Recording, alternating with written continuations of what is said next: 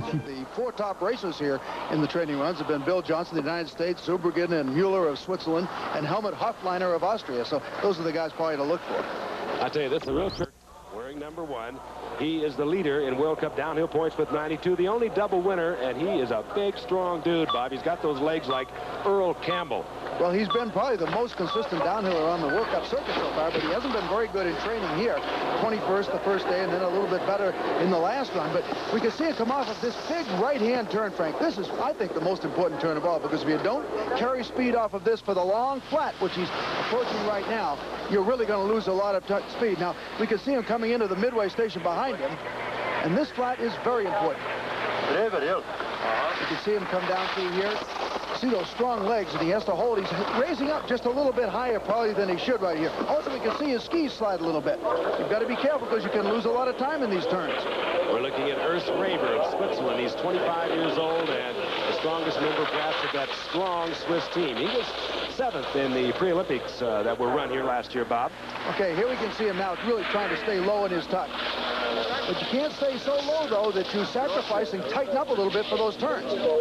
People talk about this course not being as tough as, say, the Hahnenkamm or the Lappenhorn, but they've been averaging a little over 63 miles per hour in the 3 previous training runs. Well, this is what they call a glider's course. This is the kind of a course that the guys who are really fast on their skis will do well. That means it can really let those skis run, not fight, not edge to. Bump time now. 2 bumps on the bottom of this course, and they can really throw a race.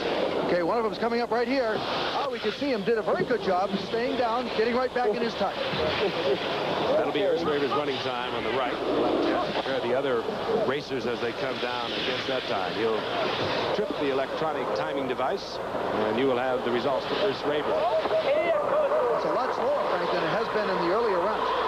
Raber was 21st, 6th, and 13th in the 3 previous training runs. So here's Raber down the mountain.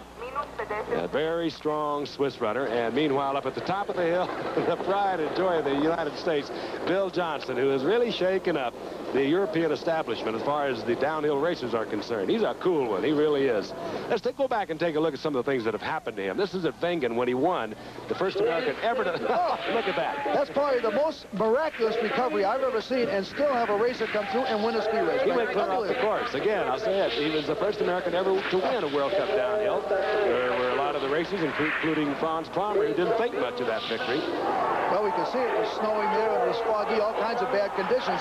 But the kid did come through, and I'll tell you, he left them talking to Their 4 races, and then a week ago at Cortina. Let's take a look at Bill Johnson once again. And this is where the Europeans really had Bill Johnson call their attention. He's going a little bit wide. He lets the skis flow, and that's very important on this downhill. Look at how low he is here, and he had the fastest time in this training run. Bill Johnson, a 23-year-old valley boy from Van Nuys, California. He's either really cool, Bob, or he's one of the great actors I've ever seen. Nothing ever seems to shake him. Johnson, who stunned the Europeans a few weeks ago with his win at Wengen, the first American ever to win a World Cup downhill. He came right back a week ago, Bob. He got a 4th place in Cortina, and he has really got the Europeans buzzing. Well, he sure does, and he's also been great in training. He's at a 1st place and a 2nd place. You know, a lot of people might have thought it was a fluke, but he's obviously proving it is no fluke. And the key is to carry the speed off that first turn. You must have good carrier speed for the flats down through here. You get a little bit of air right in there. Looks like he is carrying speed. The thing that's so good about it, and I talked to Karl Schranz, the great Austrian champion, as we see him on the flat before the midway station here, is that he glides so well. He rides his skis well. We can see that midway station right in the background there. He was criticized by some of the Europeans as being a flash in the pan after Wengen, but they know that he isn't now, even though they say technically, Bob, he's not that good. Well, he's no flash in the pan. The thing that he has got to do is not make mistakes on the turns. He's a little bit weak on the turns. He's great on the straights, great on the flats. If he can get through the turns in the race here, he's going to do very well. We're watching Bill Johnson from Van Nuys, California. A colorful young man. He was a forerunner at Lake Placid. And what a thrill it must be now to race against racers he has read about, heard about, and not only race against them, he's been beating them consistently.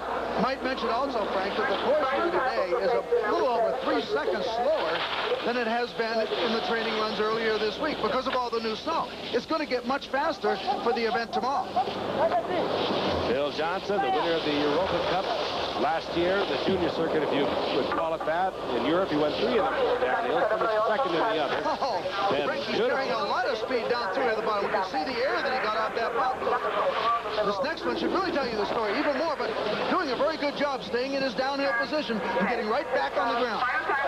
That's Johnson's time running on the right. That's the best time that we've had thus far on the left. That of Anton Steiner, and Johnson moves into second place. Combined with slalom, giant slalom, and downhill here. The thing that's amazing about him, though, is that last summer he didn't even train downhill with the Swiss team. He just trained slalom and giant slalom. And here he is. He's come on strong, and he's made this Swiss team. There are so many good Swiss downhills. That by itself is amazing. Frank, he got twisted in the air right now. Something you don't want to do when you're going that fast. He had a 4th place in the downhill at Kitzbühel, so we know that he can run good downhill. Well, he's very good in the turns, as it would be by the fact that he is such a good giant slalom skier, but this is really not the kind of downhill that favors that kind of skier, so I'm surprised that he's been that good. And one would suspect that the United States Billy Johnson will be looking over his shoulder at this point tomorrow. Way off of the line right there. He got a little twisted in that one again. He's having kind of a rough run down through here. He's done it all this year. He's had a 4th in a slalom. He's had a 2nd and a 3rd in the giant slalom. 1 a super giant. Val Gardena was 2nd at Garmisch. You know, it's amazing, Frank. Here I say he's great in the turns, and that's where he's had some trouble so far. 21-year-old youngster. You may notice down here the importance in a flatter hill like this of keeping your weight on both skis as opposed to getting all the way on that downhill ski. That means you don't edge quite as much. This course, nearly 2 miles long, and I'll mention it again, they have been averaging about 63 miles per hour in the training runs, and you start from a dead stop, so somewhere along the line you're hitting 70 or 75 miles per hour. Well, right off the top there, yesterday they told me that they were hitting up to 85 miles an hour a day before that, so they are concerned about the speed. Look at him carry it right off of that bump, Frank. Beautiful pre-jump, stayed almost in his tuck. You know, the thing that we should emphasize again with the new snow here, it's a lot slower than it has been, so if it gets cold tonight, freezes up a little bit, it's going to be about 2 or 3 seconds faster tomorrow. Then they'll really be going in the air. That's Anton Steiner's time on the left. Zurbruggen, now look, he stood up, Bob, so his time is really not going to be reflective, and nevertheless, Zurbruggen has really fine time, and he stood up right at the end. And he had a ragged run. So well. He'll be coming down shortly, already a legend in ski racing. Gold medal almost ended right here. Well, it was a pretty bad fall, as we're going to see coming up here, Frank. Talking to him a little bit afterwards, he said, you know, I just got careful. Lost my concentration. It was a tough fall. You saw it right there. He caught a rut with his right ski. He was wearing number 15. There's no injury. Watch here. Well, we can see him coming down here. He's in pretty good shape right in this particular spot. We can also see those ruts made by previous ski racers. Coming down here, everything is in good shape. And then all of a sudden, that outside ski drifts just a little bit, and he splits. Look how athletic he is, though, Bob. He knew he was dead right here. And he put that head down and go into a roll. If he didn't do that, well, you hate to think what might have happened. Well, I'll tell you, I hate to see a racer fall. Starthouse Franz Klammer, gold medalist in '76, a winner a few weeks ago. We watched him in Kitzbühel, Austria, before a delirious crowd of some 50,000. He is indeed a legend. Bobby's on the course. Well, Frank, Klammer's not been particularly happy here. He doesn't feel that this downhill is that much to his liking. He also had a very bad fall in training just a couple of days ago. Look at how low, though, he's getting in his tuck to try to carry all the speed he can off the top part of the course. Very important to be able to do that in this downhill, because it's a long flat right after that top turn. Here we're seeing him now on the flat. The man who likes the tougher courses, in the 3 tough courses at Garmisch, at Laux, at Kitzbühel. He was in that top 10 finish there. He finished in the top 3, as a matter of fact. Well, I think the thing that we got to remember about Klammer is that the best he's had this week is a tie for 11. And, you know, he'd like to have a good run here today to just make sure his skis are running well. Look at him, a little bit ratty in the turn. That's right where he fell in training a couple of days ago, Frank. And those ruts are in there again with the soft snow. It's Klammer, who fell when he came down 15th, now wearing the 14th number. So he is still faced with those ruts. There he's coming down to now. This course is probably not a great course. Well, now he is through the carousel turn.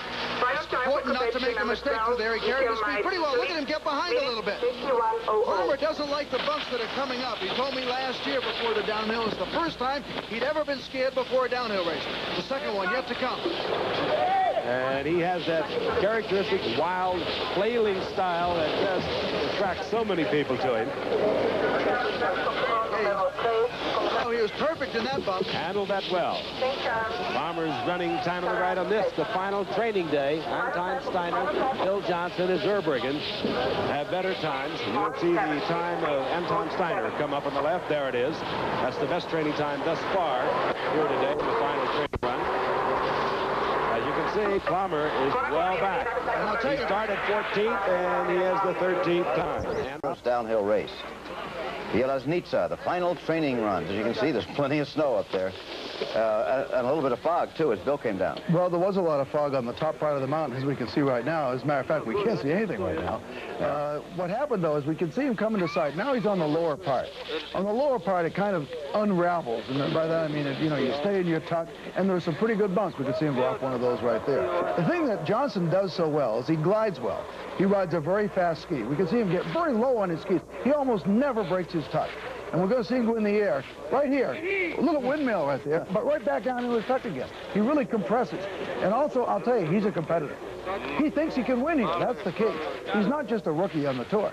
So maybe the postponements have helped him. He seems to get more and more confident. Look at how low he is on his skis, Jim. Yeah. I mean, I'll tell you, look at that. I mean, he's just pressing. He's almost a ball down there on his skis. And that 1:49.11 turned out to be the fastest training run of the day, although he was the first one down the course, as you can see by the number 1. And that by itself was kind of surprising because some new snow was falling today, particularly on the bottom part, and you'd expect him to be a little bit slower. Well, here's that 20-year-old Swiss star, right? Zurbriggen. Zurbriggen is leading the overall World Cup right now, and I think one of the big talents. As a matter of fact, we've said it so many times this week, but many people compare him to Jean-Claude Killy as being the great new star on the horizon, and that's a real mouthful to say, obviously. Yeah, but he fell in the GS, didn't he? He did fall in the GS, but as we know, the Swiss have a very deep team, and Max Uehlen won the event. And he came through. You could see him stand up at the finish line. You got to remember, these are training runs. And I think really he's going to be a pretty good factor in the race itself. Are you saying that the others might be trying less hard than Bill Johnson? Oh, no, they're punching pretty well because they want to know if their skis are running fast. They're very nervous about Johnson's skis. First of all, they're very quick, and he takes them home and takes them right into his bedroom every night. There's no way anybody's going to damage them. And now we're seeing Todd Brooker. Or we're not seeing, but he'll come out of the fog here in a moment. We're seeing the time of Todd Brooker, let's put it that way. Well, he's a Canadian who was injured, but he seems to be coming back pretty well. Well, he fell in a race that we covered earlier this winter in Kitzbühel, Austria. He went back to Canada to have a knee examination. They said he's out for the Olympics. All of a sudden, here he is back again. The guy is really amazing. He's had 6 or 7 knee operations, and he keeps coming back all the time. You can see him catch a little bit of air right there. Yeah. And every day of training, he started out a little bit slowly because he hadn't been doing much downhill, didn't know how the knee was going to be, but he gets a little bit better every single day. He could be a factor in this downhill, too. Now, they could have run a downhill race today, right? Obviously, sure. Yeah. They had a training run. They could have had a race. Yeah. Might have been a little foggy on the top, but they got through it. And we can see right there that he has a second and a half at this point. Yeah. But he was a 2.5 seconds behind Bill Johnson. Todd Brooker of Canada.